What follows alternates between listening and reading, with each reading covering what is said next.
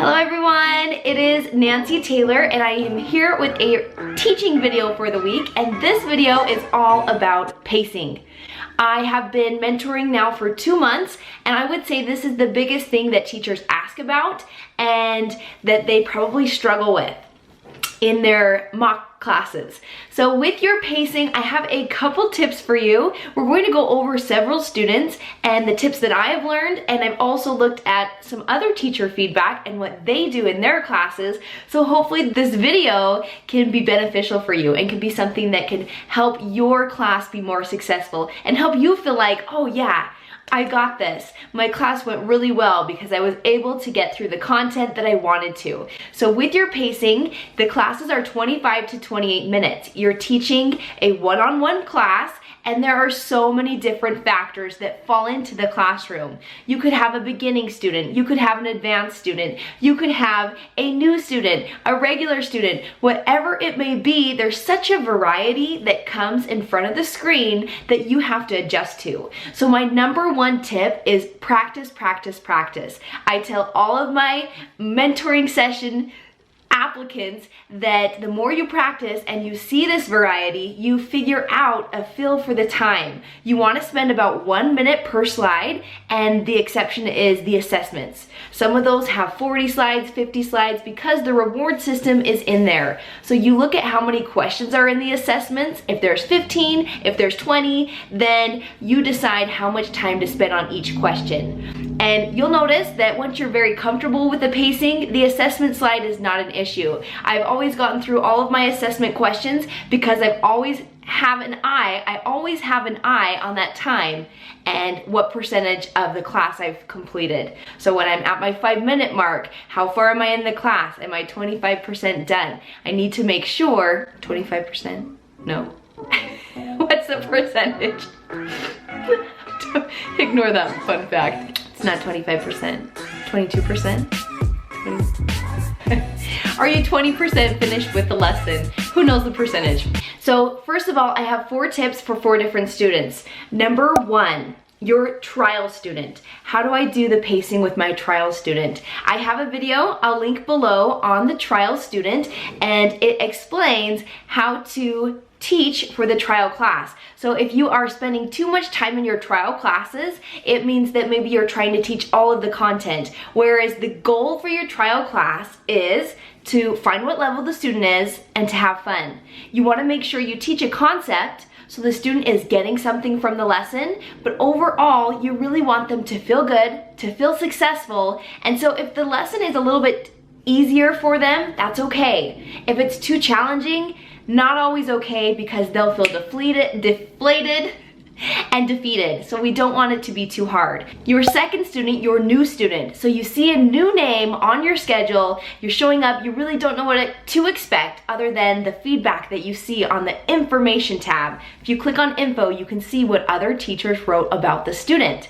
So with that being said, I always pre-assess my new students on slide number 1. This is the introduction slide. So when you see them, it's a beginning level student. You say, hello. How are you? Teddy. Hello. Hello, Sonia. And I will ask, how old are you? Or what is your name? Very simple questions for a beginning student to assess if they know how to answer it. My advanced, I'll say, how was your day at school? What did you learn today? So I'm assessing to see how they respond to that question, to see if I need to ask extension questions in the lesson, or do I need to simplify the lesson and keep it very basic? Third student is a familiar student, and this student you know so well. You know, okay, the class, I really do have to focus on the objectives, we get off on a tangent. Or this familiar student is very much in order, they'll answer all the questions, they go so quickly that they're done really fast. This familiar student, you find strategies that work for them. And if you're still kind of feeling like, I'm at a loss, I haven't found the right fit for this student, I have some tips later in this video for specific student types. Okay?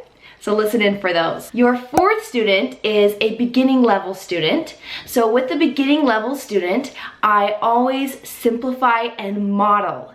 If you are spending too much time in your mock class, is you're in the application process, or in your beginning student classes, as you're just starting, this is a common trend. You often spend too much time because you need to model, simplify your language so you're not wasting time trying to explain, overshow. It's okay. Simplify your instructions, see what you can do rather than blaming it, the student is hard, they don't understand it. Look at what can I change? What can I do as a teacher to help them be more successful? Put it on you. So let me show you. This is from the mentoring class or the mock classes, and they're so fresh in my mind. I have those lessons ingrained. So this one, I would model on the screen, not on the whiteboard, I'm just showing you. I would just, right when I get to the slide, it says review at the top. What do you see? If they just say mouse, that's a mouse, then I would say, I see a mouse. Good. Mouse starts with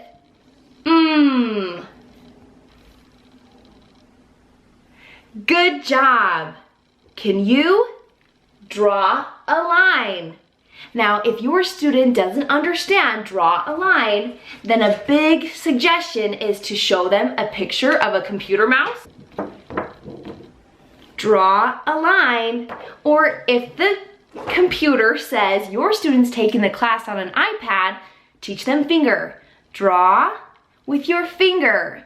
Now, I've spent minimal time teaching that activity. Now my student can perform. Beginning level, simplify, model using TPR. It's the basic ESL strategies, and I give those in my mock class 1, 8 strategies. I'll link that video below so that you know what to do. Fifth student is your advanced student, and there is a lot of content to cover in these lessons. Your level 5, your level 6 students, they have a lot of reading. They have a lot of reading, they have comprehension questions, they have phonics, grammar. There's a lot of content to get through. So with that being said, I always preview my lesson before. So I see, what do I need to teach? What are the sentence objectives? I'm going to spend adequate time, minute or more, on those slides. And then I also look, do I have enough time spent in each category? So on the review, less time. On the new content, most of my time, and make time for that grammar and phonics at the end, because that often gets neglected if you run out of time. So if I've spent enough time on the new content, I'm going to go forward to the grammar. I love this suggestion from another teacher. She said, if I don't finish the lesson, we're at 28 minutes, I have to end. I click through the slides, leaving 2 seconds for each slide, because the student has access to watch the recording. So then you'll say, will you do those activities on the recording that we didn't get to? And you can leave in the parent feedback, please review the slides, da da da da da, or say pages, da da da da da. What they didn't get, da da da da da da da da da da. Okay, side tangent. Make sure that you have planned ahead of time where you want to spend the most time, or else you'll spend it all at the first. So you do need to prioritize which slides are most important. Those are those tips. And did I say practice, practice, practice? If you are thinking, I need to go faster, here are 3 things to do. Number 1, spend less time on the review section. We often spend the majority of our time here because it is at the very beginning.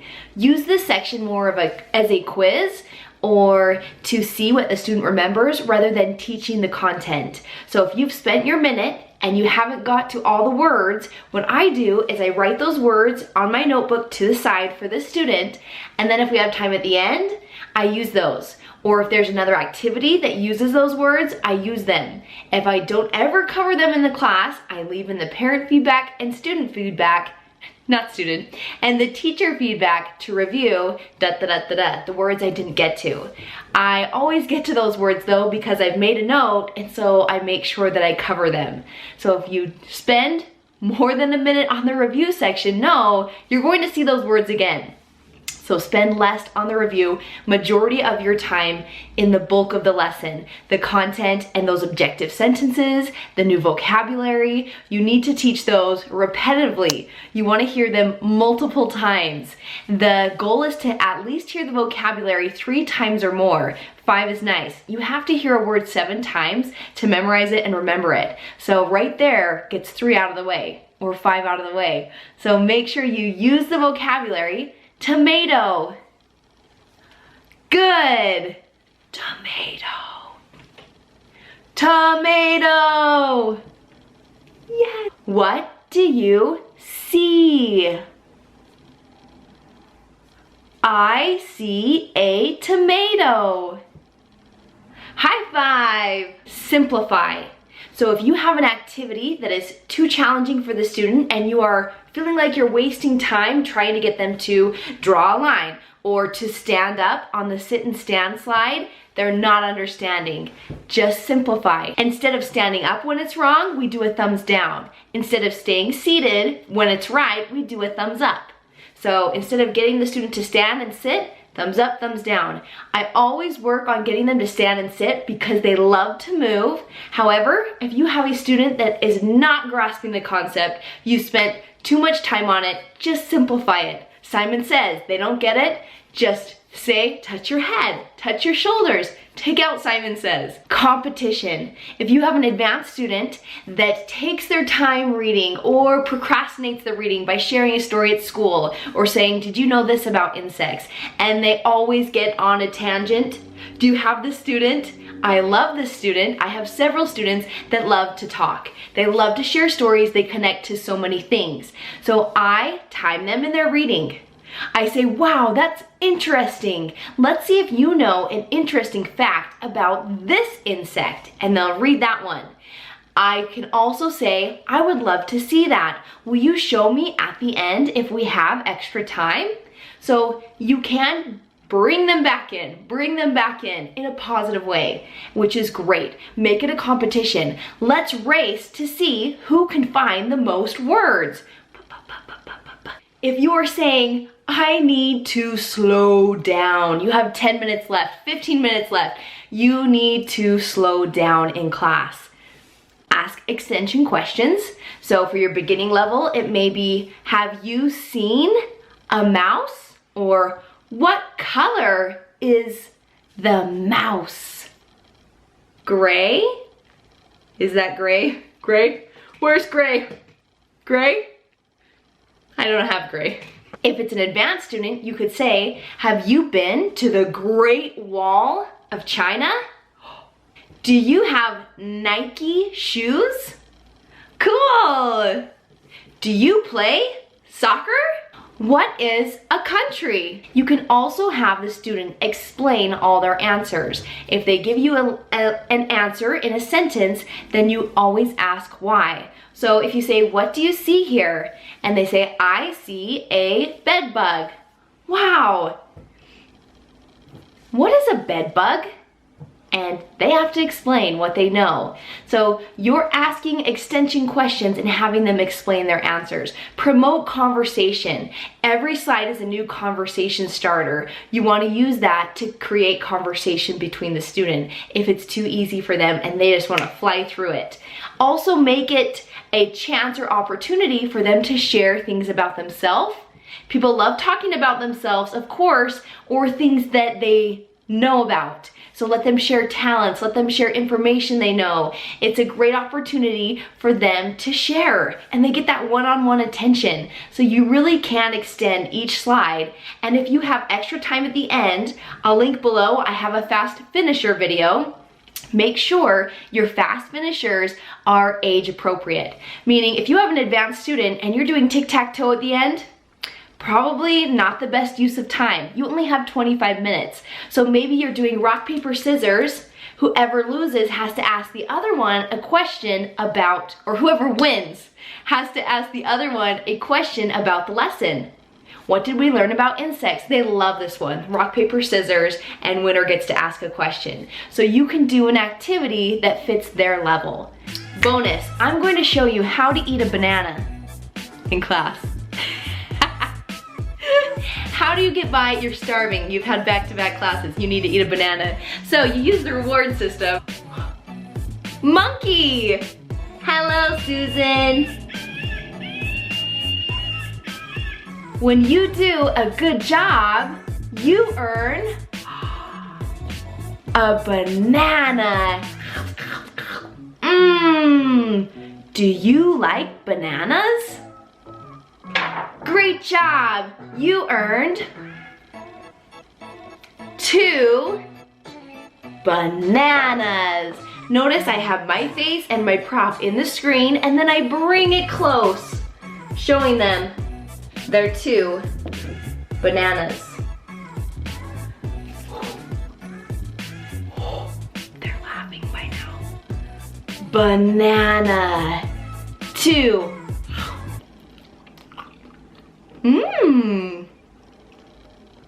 Banana. They're repeating banana.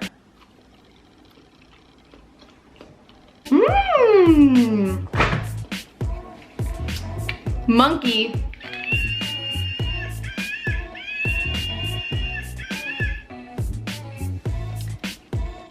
Is happy.